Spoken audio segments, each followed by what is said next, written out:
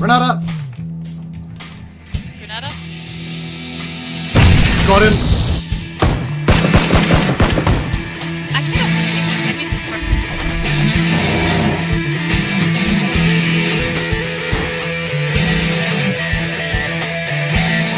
Good day there, once again viewers, your mate Kamikaze78 here, and today guys we're going to be having a chat about the June monthly update for PlayerUnknown's Battlegrounds, and trust me, there is quite a lot to get through in this video, so without further ado, let's just get straight into the patch notes. Now let's start off with the new content, because everyone loves a good deal of shiny new things every once in a while. In this update we are treated to two brand new weapons in the form of a Glock pistol and the Guerrilla assault rifle. The Glock has been added to the standard loot map and is the first fully automatic pistol to be added to the game, but can also be used in a semi-automatic mode if precision and ammo conservation is a bit more of a concern for you. Now, much like all of the other pistols that are currently in the game, I feel as though the Glock will remain to be primarily used as an early gamer self-defense tool at best, and can quickly be substituted out for an SMG in the later stages of the game. But by the same token, the full automatic aspect of this pistol does mean that you can have a mini SMG on your side if you're running a sniper rifle plus assault rifle combo for your primary weapons. This in combination with the changes made to the pistol draw time and the ability for pistols, bar the revolver, to now mount red dot sights could very well make the Glock a go-to option for last minute CQC self-defense in all stages of the game. The Guerrilla, much like the Glock, is also a first for this game in a couple of ways. It's the first bullpup assault rifle to be added to the game, but it is also the first assault rifle to be completely locked to appearing in loot crate drops only. And before we go any further, no, this is not the VSS 2.0 in the sense that the weapon is completely useless for its rarity. The rarity of this weapon is, let's just say justified. The weapon is a 7.62 fed assault rifle, so it packs a pretty hefty punch, and it also comes with a blitzing rate of fire if you choose to hold the trigger down in fully automatic mode, so it is sure to down targets pretty quickly. However, with this damage payload and speedy rate of fire, the weapon is prone to some absolutely insane recoil kick that is going to require a lot of practice to get the hang of. Even tap firing this weapon at medium range is going to serve as a challenge, but once you overcome that challenge, you're going to be handed an absolute monster of a weapon that is going to serve you well in the late game. Having a suppressor, 2x scope and extended quick draw magazine attached to this weapon in the final circle is just a treat in itself, and a treat that everyone should try at least once. So I guess give this weapon a go if the opportunity presents itself, my friends. Now, on top of these two brand new weapons, the game has also received two new weather conditions for the map, those being clear skies and sunset. Now, while these weather conditions don't have a huge impact on the workings and gameplay of a match, much like how the rainfall does, they are very aesthetically pleasing, and fighting in a battle royale game has never really looked so good. Now, the sunset mode does make the map look very orange, which means that orange clothing might be a little bit better at camouflaging you in the environment if you position yourself well, and silhouetting is a bit more severe depending on how you position yourself in relation to the sun, but once again, it's more of an aesthetically pleasing weather condition over anything else. Those two things that I've just listed off there are very theoretical at times at best. Beyond the weather effects, there were a couple of changes that were made to the actual map itself when it comes to buildings and the loot table, as well as some extra minor changes that are sure to have some interesting effects on gameplay.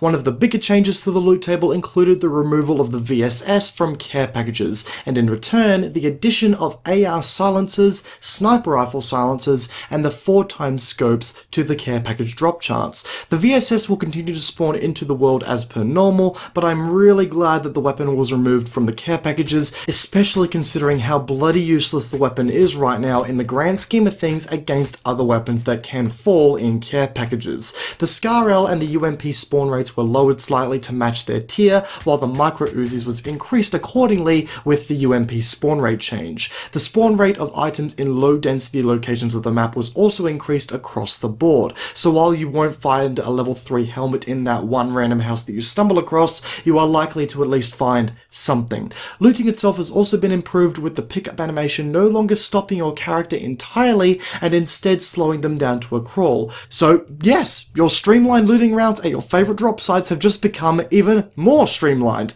How about that? A massive change that has also emerged out of this update was the randomized spawning directions for vehicles. In case you guys didn't know, prior to this update, you could often tell if a vehicle had been used or not by taking note of the direction that it was facing. If it was facing east, then it was a good chance that the vehicle had not been touched from its spawn point, as all vehicles used to spawn facing east by default. However, that is no longer the case, so be sure to double check those vehicles, my friends. A player might be closer than you expect. A saving grace has also come to the game for those who are fond of squad and duo games.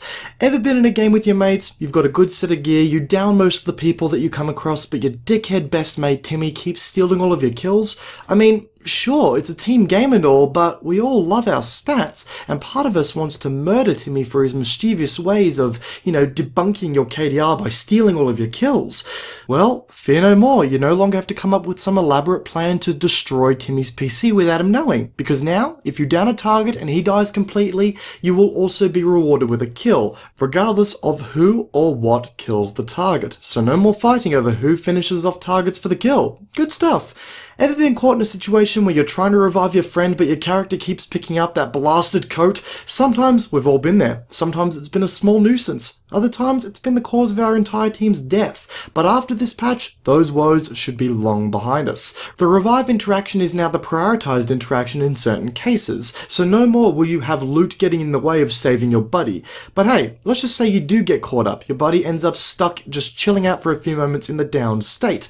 Well, he might also notice a couple of changes in that state as well. As of this patch, as you stay down, your screen will begin to desaturate and the blood effect will no longer be pasting your screen as you lose health while you are downed.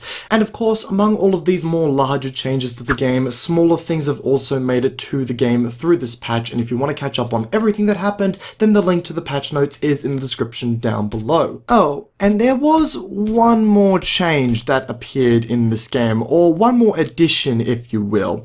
Zombies. That's right guys, there is now an early iteration of the Zombies mode available in custom games. And when I say early iteration, I'm not kidding. The zombies are still in sub-teams of 4 that can attack each other, but zombies are now no longer able to pick up gear and get in vehicles. So there is no need now for flimsy gentlemen's agreements when you try to pick up and play this mode. Yes, a few changes are still needed to really iron out the kinks of the mode, but it is still good to see the developers taking the time to incorporate community-driven ideas. Really gotta hand it to the devs for taking the time to incorporate a game mode like this. And before anybody gets in the comment section and gets on their high horse saying that optimization isn't being focused on when, it really should be, why are they giving us trivial game modes like zombies when we really need optimization?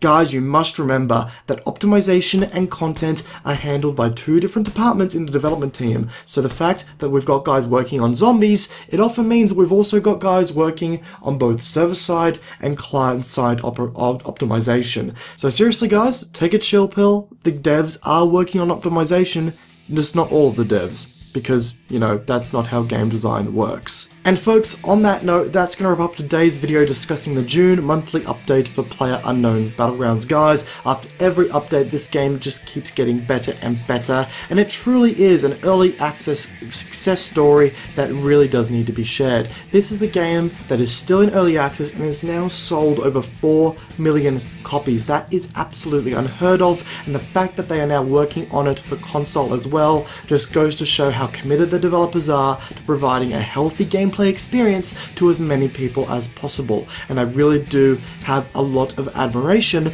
for the guys working on this game. I really do. If you guys enjoyed today's video, then a backhanding of that like button would be greatly appreciated. And if you find yourself backhanding that like button and you're new to the channel, well then why don't you go around and backhand that subscribe button whilst you're at it to keep up to date with the content in which I'm releasing here on my channel. Once again guys, I hope you enjoyed today's video. Peace out, and I'll be seeing you all next time. Have a good one.